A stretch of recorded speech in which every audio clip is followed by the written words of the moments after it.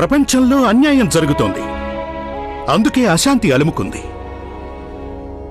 శాంతి స్థాపన కోసం న్యాయబద్ధమైన వ్యవస్థని నిర్మించుకోవలసిన అవసరముంది. ఇక న్యాయం జరిగేదెప్పుడంటే మనుషులందర్నీ మనం సమాన దృష్టితో చూసినప్పుడు. ఏంటి భీమ్రావ్, స్కూల్ టాప్ రావా ఏంటి? ఇప్పుడు పరీక్ష రాయడానికి కూడా పనికి రాకుండా పోయాడు. ఇంకా ఏం టాప్ వస్తాడు? భయపడుంటాడు. పరీక్షల్లో టాప్ రావకపోతే అప్పుడు పరువు పోతుందని. ఎవరికి తెలుసు, వీడే కాళ్ళకి చేతులకి దెబ్బలు తగిలించుకున్నాడేమో. ఎప్పుడు ఏ పోటీలు జరిగినా, పరీక్షలు జరిగినా అప్పుడెలా పడిపోతూ ఉంటాడు. బాగా చెప్పవురా. అరే భయపడి ఉంటాడు భీమ్రావ్, అందుకని పరీక్ష ఎగ్గొట్టడానికి వంకలు పెడుతున్నాడు. అరే టాప్ రావడం అంటే ఆటలు అనుకున్నావా? ఇప్పుడు పరీక్ష నుండి పారిపోతున్నాడు, రేపు స్కూల్ నుండే పారిపోతాడు.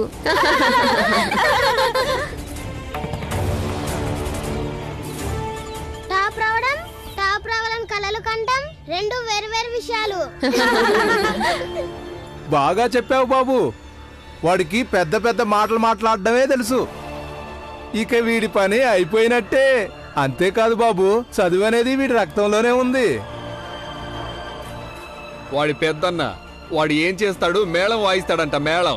ఇప్పుడు చిన్న తమ్ముడు గొడ్డును కాస్తాడో లేక టాప్ వస్తాడో. సోదరా, నేను ముందే చెప్పాను, ఈ చదువు గిదువు వీళ్ళ వల్ల అయ్యే పని కాదని. ఇవన్నీ పై నాటకాలు. నువ్వు చూస్తుండో ఒకరోజు వీళ్ళందరూ ఏ పని కోసం పుట్టారో ఆ పని చేస్తూ ఉంటారు. భీమ్రావ్, నేను సంతోషించాను నువ్వు సంకల్ప పత్రం ఇచ్చినందుకు.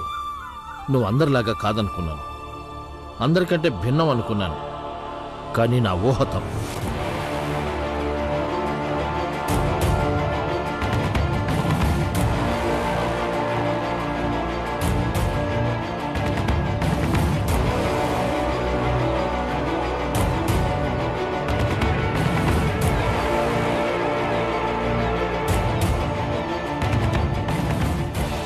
నేను ఎంత చదువుతానంటే ఒకనాటికి మీరు నన్ను చూసి గర్వపడతారు. ఈ స్కూల్కి కూడా నా వల్ల పేరు వస్తుంది. భీమ్రావ్ ఈ స్కూల్ నుంచి వెళ్ళిపోయేటప్పుడు మీ ఈ స్కూల్ని, మీ పేరుని వెలుగులోకి తీసుకొస్తాడు.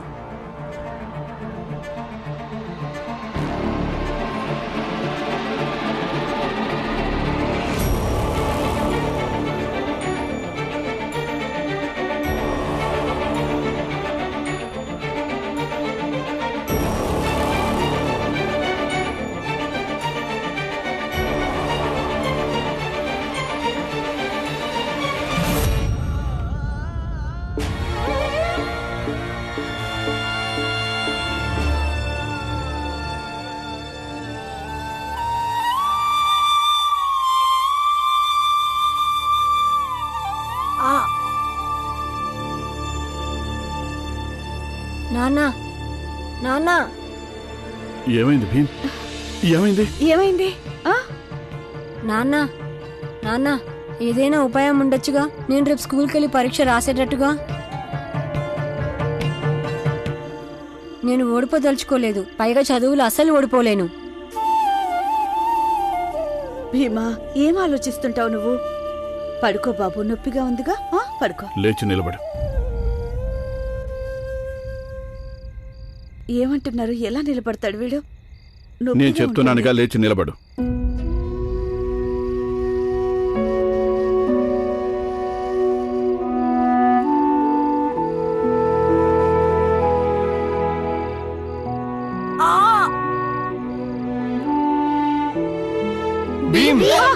భీమాబాయ్,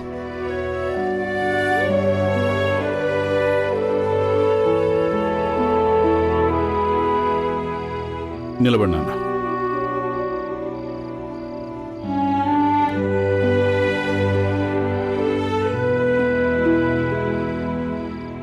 భీమ్ లేచి నిలబడు. భీమ్ నిలబడు. భీమ్ నిలబడు. భీమ్ నిలబడు. నిలబడు భీమ్. భీమా నిలబడు. శభాష్. భీమా, అది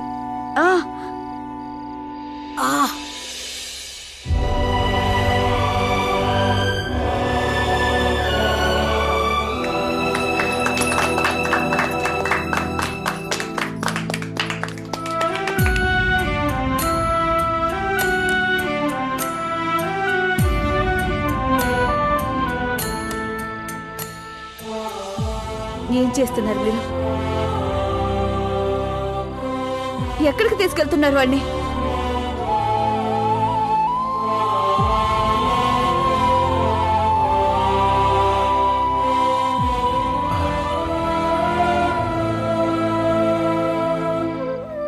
వీడికి ఉపాయం కావాలి. నా దగ్గర ఒకే ఒక ఉపాయం ఉంది. అది వీడికి చెప్తున్నాను నేను. భీమ్, నొప్పిగా ఉందా? నాన్న, చాలా నొప్పిగా ఉంది. నొప్పి పైకి తెలుస్తుంటుంది. అందుకనే ఆ నొప్పి మీద నుంచి మన దృష్టి మళ్లించడానికి సాధన చేయాల్సి ఉంటుంది.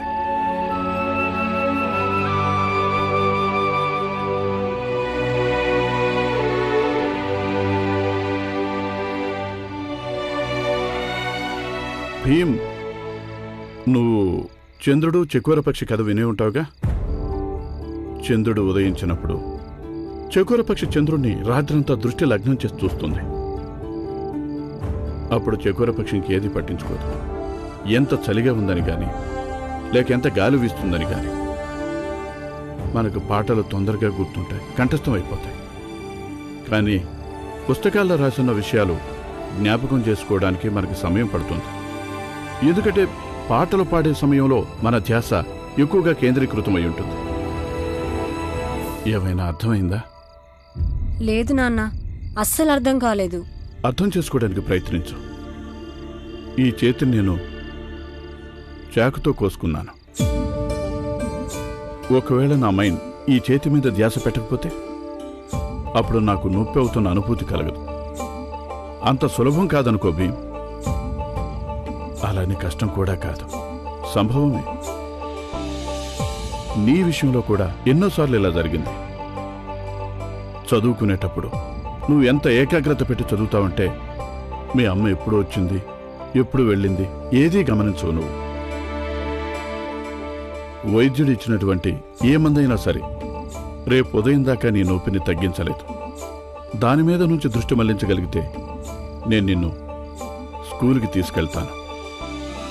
ఒక పంచే, ఇప్పుడు ఏ ఆసరా లేకుండా మీ అమ్మ దగ్గరికి నడిచి వెళ్ళు.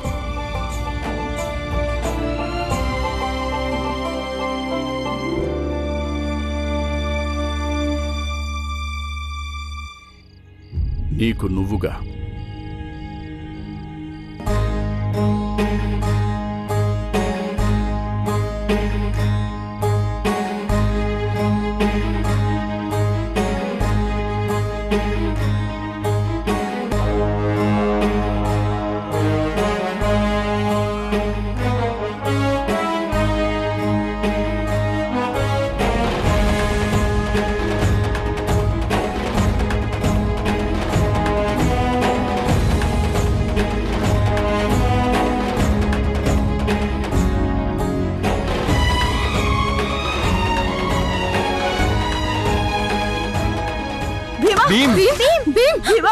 ఆగండి, నేను సొంతంగా లెగుస్తాను.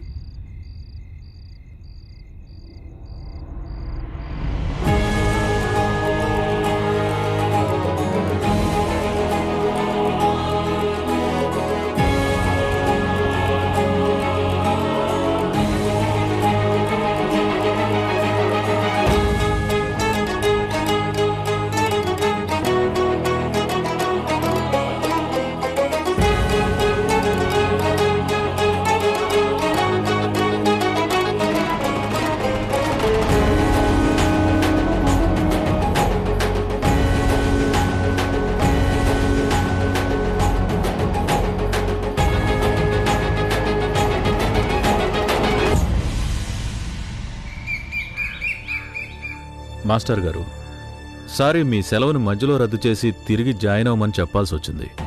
యాక్చువల్లీ అంబేద్కర్ సార్ని స్కూల్ నుంచి ఒక వారం పాటు సస్పెండ్ చేయడం జరిగింది. అందుకే ఇప్పుడు మీ అవసరం పడింది. డిస్ట్రిక్ట్ బోర్డు అన్ని స్కూల్స్కి ఒక పోటీ పరీక్ష పెట్టాలనే నిర్ణయం తీసుకుంది. ట్రైనింగ్ లేకుండా ఈ పరీక్ష రాయించడం కష్టమైన పని అవుతుంది. సార్, నేను తెలుసుకోవచ్చా అంబేద్కర్ మాస్టర్ని ఎందుకు సస్పెండ్ చేశారు? ఒక స్టూడెంట్ ఉన్నాడుగా భీమ్రావ్ అని, వాడితో ఆయనకి బాగా అటాచ్మెంట్. ఏదో ఆ వ్యవహారంలోనే టీచర్స్ పరస్పరం గొడవ పడ్డారు. స్కూల్ రూల్స్ను అనుసరించి యాక్షన్ తీసుకోవాల్సి వచ్చింది. ఇలా నేను మొదటిసారి చూస్తున్నాను. ఒక విద్యార్థి కోసం టీచరు నియమాల్ని ఉల్లంఘించిన అభియోగం కింద శిక్షించబట్టాం. సరే, ఏం చేద్దాం? అయిందేదో అయింది. ఇప్పుడు నా పనేంటో చెప్పండి. ఇవి ప్రశ్నపత్రాలు. మీరు జాగ్రత్తగా పరీక్ష రాయించండి. సరే సార్.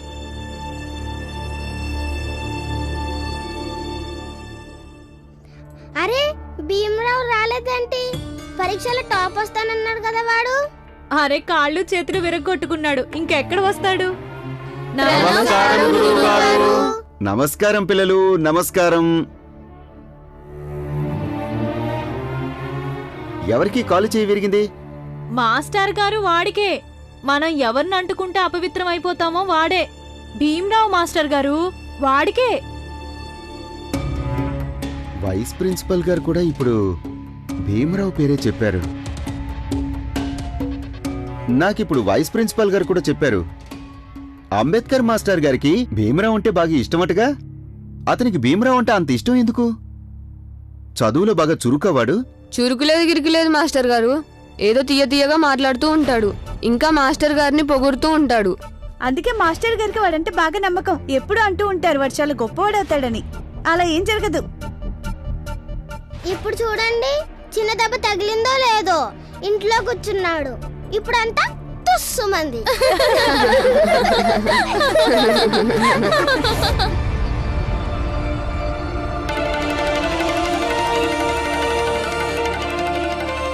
రేయ్, అది చూడండి.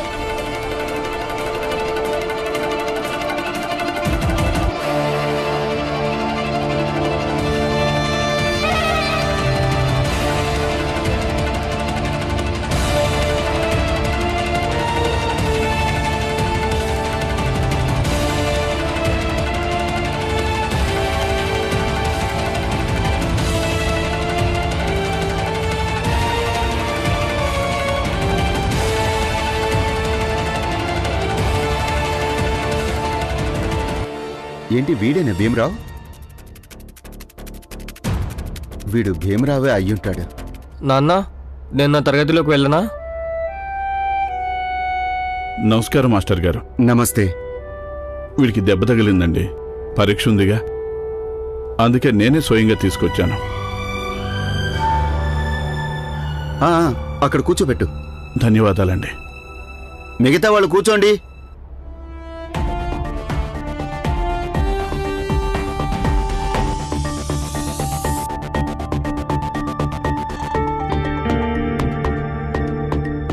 కూర్చో బాబా. జాగ్రత్త జాగ్రత్త జాగ్రత్త.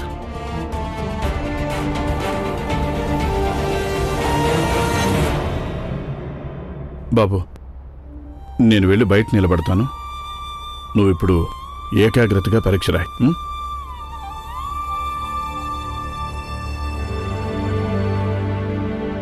పరీక్ష రాయగలుగుతావా నువ్వు? రాస్తాను మాస్టర్ గారు. నొప్పి లేదా? నీకు అన్ని దెబ్బలు తగిలాయిగా. నొప్పి లేకుండా ఎలా ఉంటది మాస్టర్ గారు? కానీ అసలు నేను నొప్పి మీద ఏమాత్రం దృష్టి పెట్టను. నేను కేవలం పరీక్ష మీద దృష్టి పెడతాను. అప్పుడు నాకు నొప్పి కొంచెం కూడా తెలియదు. నిజంగానే ఈ అబ్బాయిలో ప్రతిభ ఉంది. అంబేద్కర్ మాస్టర్ ఏంటి, మంచి మాస్టర్ ఎవరైనా ఈ అబ్బాయిని ప్రేమించకుండా ఉండలేరు. సరే పిల్లలు, పరీక్ష సమయం మొదలైంది. నేనందరికీ ప్రశ్నాపత్రాలు పంచుతాను.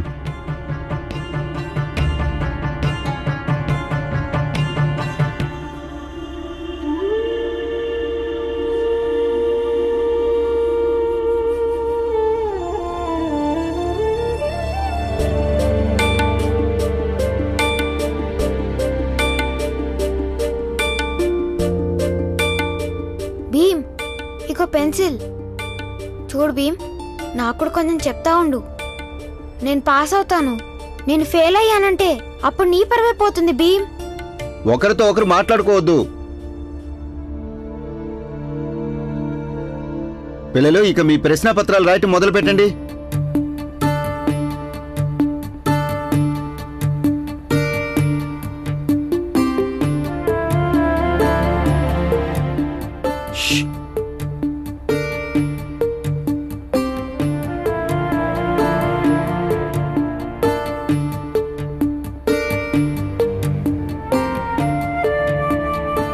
ఎవరు ఎవరితో మాట్లాడొద్దు.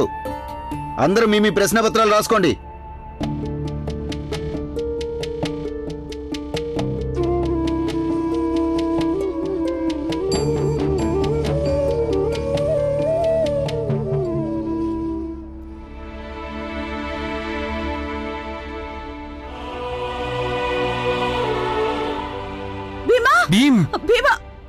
ఆగండి, నా అంతట నేనే లెగుస్తాను. మనలో నుంచే ఒకరు వస్తారని, మనల్ని చీకట్లో నుంచి వెలుగులోకి తీసుకెళ్తారని. ఒకవేళ అది మన భీమా అయితే?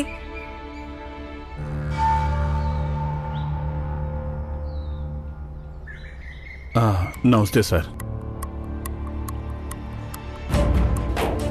భీముని ఎవరు పడదోశారో ఏమైనా తెలిసిందా? లేదు రామ్జీ, ఇప్పటిదాకా ఏమీ తెలియలేదు. ఈ రామ్జీ స్కూల్లో ఏం చేస్తున్నాడు? ఒకవేళ వీడి కుంటి కొడుకుతో పరీక్ష రాయించడానికి తీసుకొచ్చాడా ఏంటి? ఇప్పుడు ఇతని కొడుకు గనుక పరీక్ష రాశాడంటే వాడు ప్రథముడుగా వచ్చినా వస్తాడు. నువ్వు నీ పిల్లల పట్ల చాలా శ్రద్ధ తీసుకుంటావు. దీని ఫలితం ఈరోజు కాకపోయినా రేపైనా లభిస్తుంది. పిల్లలు తప్ప నా జీవితంలో ఇంకేముందండి సార్. మా భీముని ఎవరు పడదోశారో ఒకవేళ అతని పేరు గనక తెలిస్తే దయచేసి నాకు చెప్పండి. తప్పకుండా చెప్తాను. ఈ పని చేసినందుకు వాడికి శిక్ష పడి తీరాల్సిందే. వెళ్తాను.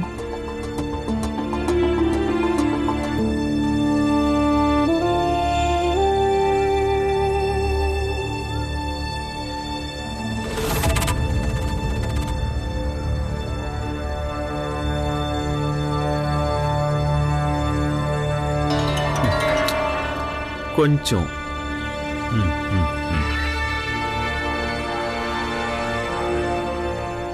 ఏమైనా తెలిసిందా?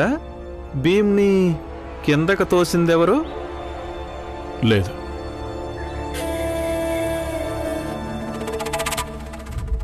ప్రిన్సిపల్ సార్ని అదే అడుగుతున్నాను నేను. ఇప్పుడు ఎలా ఉన్నాడు భీమ్? ఇంటి దగ్గర విశ్రాంతి తీసుకుంటున్నాడా? క్లాస్ రూమ్లో ఉన్నాడు. పరీక్ష రాస్తున్నాడు.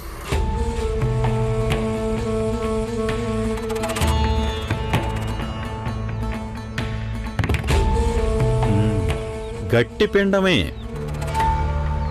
నీ కొడుకు అంత ఎత్తు నుంచి పడ్డాడు, అయినా కూడా వచ్చి పరీక్ష రాస్తున్నాడు. సంతోషం. సరే, ఒక విషయం చెప్పు నాకు. ఒకవేళ నీకు తెలిసిందే అనుకో, భీమ్రావుని పైనుంచి ఎవరు తోశారో అని, అప్పుడు ఏం చేస్తావు నువ్వు? నీకంత స్తోమత ఉందా ఏమైనా చేయడానికి? పెద్ద పేరు చిరునామా వెతుకుతున్నావు. నా స్తోమత, నా స్థాయి ఏదైనా కావచ్చు. కానీ ఒక తండ్రి స్థానంలో ఉండడం వల్ల నా స్తోమత చాలా పెద్దది. నేను నా పిల్లల కోసం ఏవైనా చేయగలను. ఏదైనా సరే. చెయ్యి, చెయ్యి చెయ్యి.